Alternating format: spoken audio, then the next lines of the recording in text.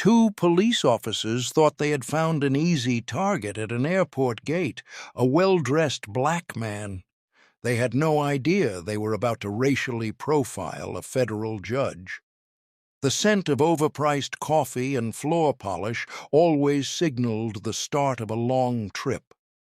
For me, it was the smell of necessity, a prelude to the judicial conference in D.C.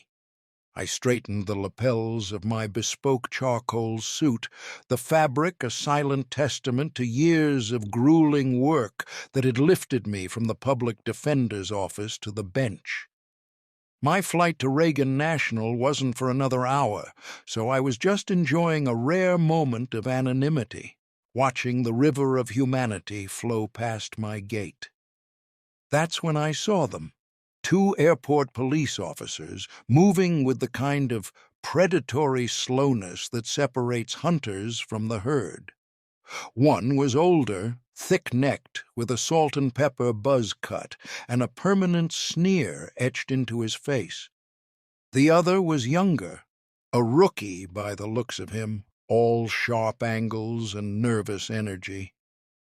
Their eyes scanned the crowd, gliding over families and business travelers, until they locked onto me.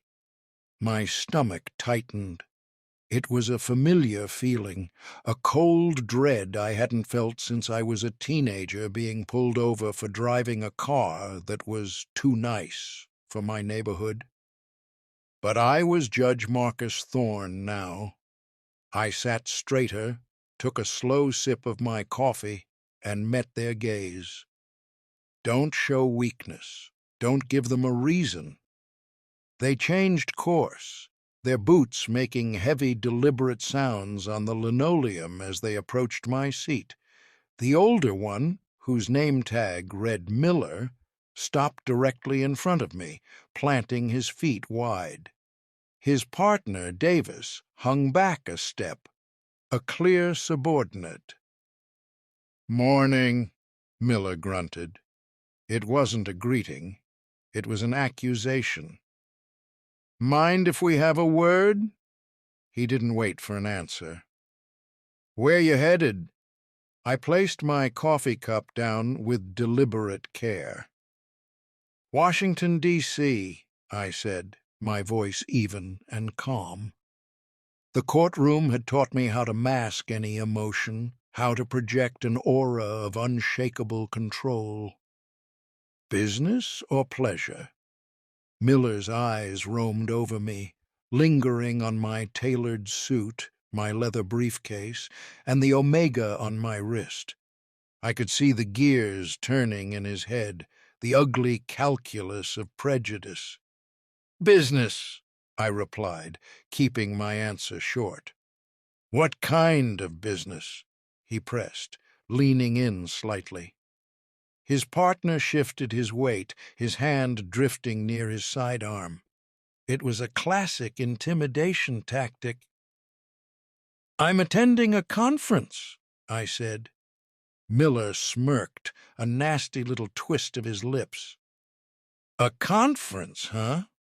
That's a pretty flashy suit for a conference. You must do pretty well for yourself." He looked at my briefcase. "What's in the bag?" This was it. The line. They had no reason, no probable cause, nothing but the color of my skin and the quality of my clothes. I had presided over dozens of cases that started exactly like this. "My personal and professional effects," I stated, my tone becoming firmer. "Officer, am I being detained? Or am I free to wait for my flight?" Miller's eyes narrowed. He didn't like being challenged. "We're just having a friendly conversation, but you seem a little on edge. Got something to hide in there?" He gestured sharply at the briefcase. "We're going to need to take a look inside." I felt a surge of cold fury, but I kept my voice level. "With all due respect, officer, you have no probable cause to search my property. Under the Fourth Amendment, I do not consent to a search." The smirk vanished from Miller's face, replaced by a mask of pure belligerence. "The Fourth Amendment?" he scoffed, laughing to his partner. "We got a regular constitutional scholar here." He took a step forward, his voice dropping to a low growl. "Listen to me. We can do this the easy way, where you show us what's in the bag, or we can do this the hard way, where we take you to a back room and rip it open ourselves. Your choice." He reached down, his hand closing around the handle of my briefcase. That was his final mistake. He had escalated from a verbal confrontation to a physical one. He had laid his hands on my property without cause and without consent. I didn't raise my voice. I didn't even stand up. I simply looked him dead in the eye, pulled out my phone, and dialed a number from memory. Miller watched me, a smug look on his face, as if he thought I was calling my mommy. The phone was answered on the second ring. "Daniel, it's Judge Thorne," I said, my voice as calm and steady as if I were ordering lunch. My eyes never left Officer Miller's. "I need you to initiate a complaint with the Port Authority PD Internal Affairs, and while you're at it, start drafting a civil suit for harassment, unlawful search, and racial profiling. The defendants are Officer Miller, badge number 714, and his partner, Officer Davis, badge 882. Yes, right now. I'll hold." The smug look on Officer Miller's face curdled into a mask of confused rage. He snatched his hand back from my briefcase as if it were red hot.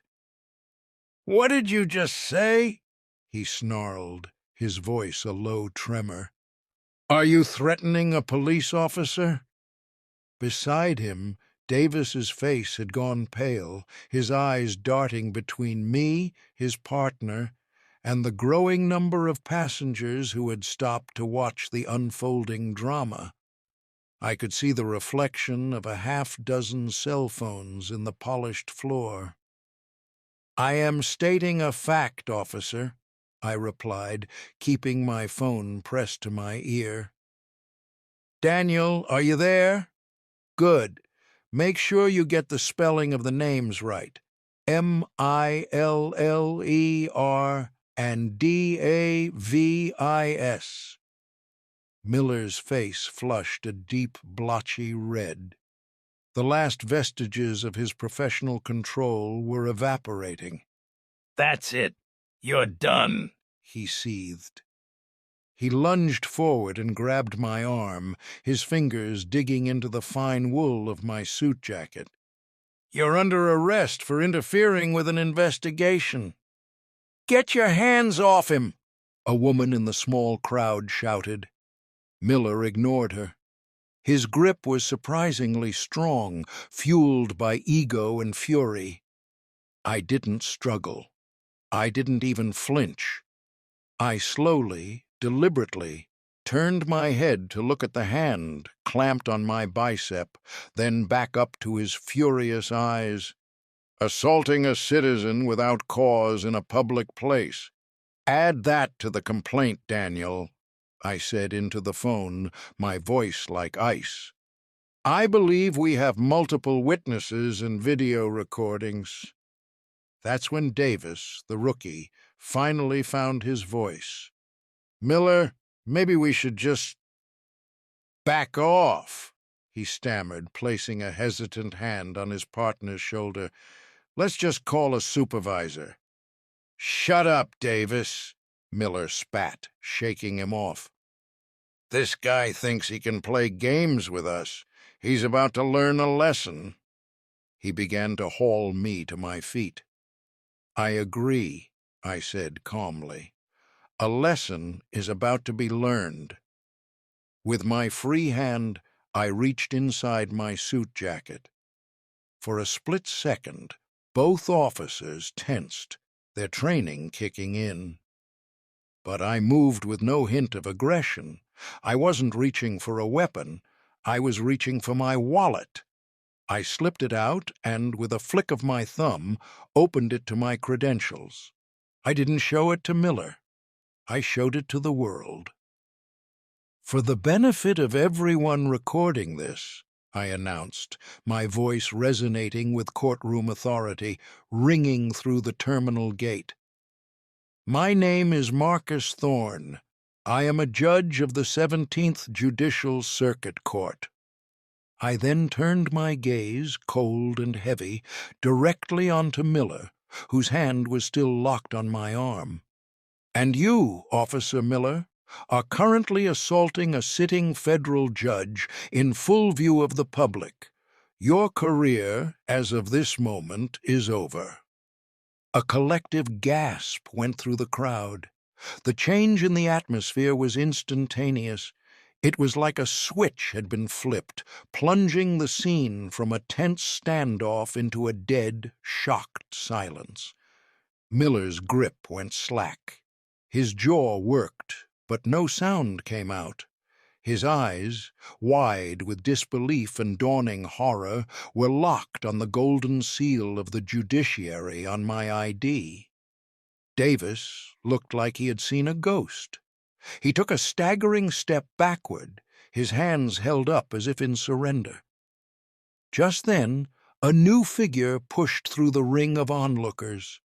He was a sergeant, his uniform crisp, his face a hard mask of authority. "What in the hell is going on here?" he demanded, his eyes sweeping over his two shell-shocked officers and then landing on me. "Sir, is there a problem?"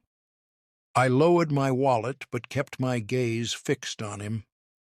I let the silence hang in the air for a long, heavy moment before I spoke.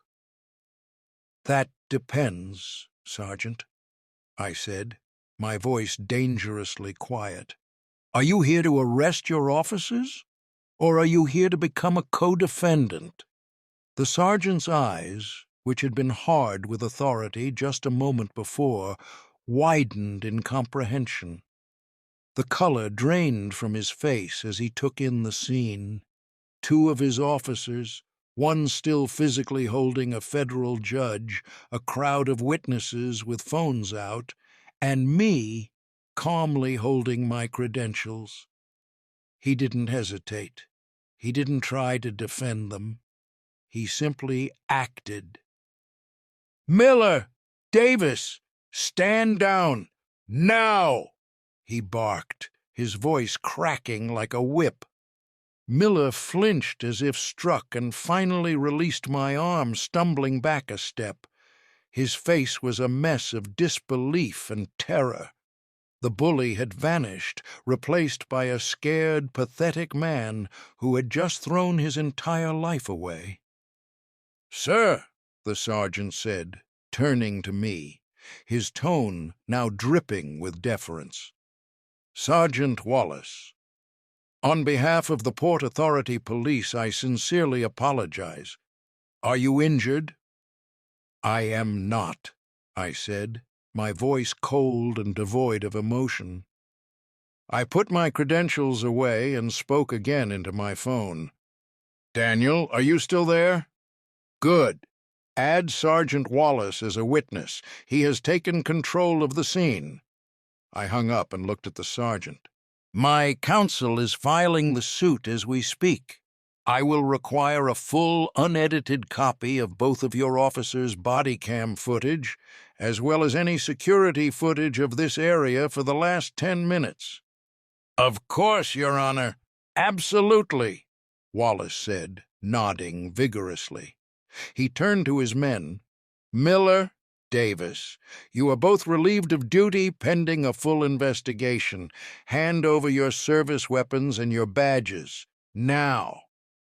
Davis fumbled with his belt, his hands shaking so violently he could barely unclip his holster. He looked utterly broken. Miller, however, seemed to snap out of his stupor, a final desperate flicker of his earlier arrogance returning. "Sir, you can't be serious," he pleaded. "He was being uncooperative. He threatened me." Sergeant Wallace's face hardened into granite. "He told you his rights, and you assaulted him, Miller, in front of 30 witnesses. Now give me your weapon before I add resisting a direct order to the list of charges you're about to face." Miller's shoulders slumped in defeat. He slowly, methodically disarmed himself, the metallic clicks echoing in the now silent terminal. As Wallace collected their effects, I finally allowed myself to stand, smoothing the wrinkles on my suit jacket where Miller's hand had been. The crowd began to disperse, whispering amongst themselves, but I knew the videos were already on their way to the internet. The damage was done. In the weeks that followed, the Port Authority's legal department moved with lightning speed. They didn't want this going to trial. They knew, just as I did, that a jury seeing the footage of 2 officers harassing a black man who then calmly revealed himself to be a federal judge was a public relations and legal nightmare they couldn't possibly win. They settled for an undisclosed amount, which I immediately donated in its entirety to the Legal Aid Society. But my lawsuit was never about the money. It was about accountability. The real victory came a month later when I received a letter from the chief of the Port Authority Police. Both Miller and Davis had been terminated from the force. The internal affairs investigation, spurred by my complaint, had uncovered a history of similar random searches conducted by Miller, almost exclusively targeting minorities. I had been the one who finally had the power to stop him. I still fly out of that airport. Sometimes I see Sergeant Wallace, and we share a brief professional nod. The memory of that day doesn't bring me anger anymore. It brings me a quiet, resolute sense of purpose. I didn't pursue the matter out of personal pride or a desire for revenge. I did it because for every one of me, there are 1,000 others who don't have your honor as a title, who don't have a high-powered attorney on speed dial. They just have their fear, their humiliation, and a system that is too often stacked against them. On that day, I wasn't just Marcus Thorne. I was a vessel for the very laws I had sworn to uphold. And for once, the scales of justice tipped swiftly and decisively in the right direction.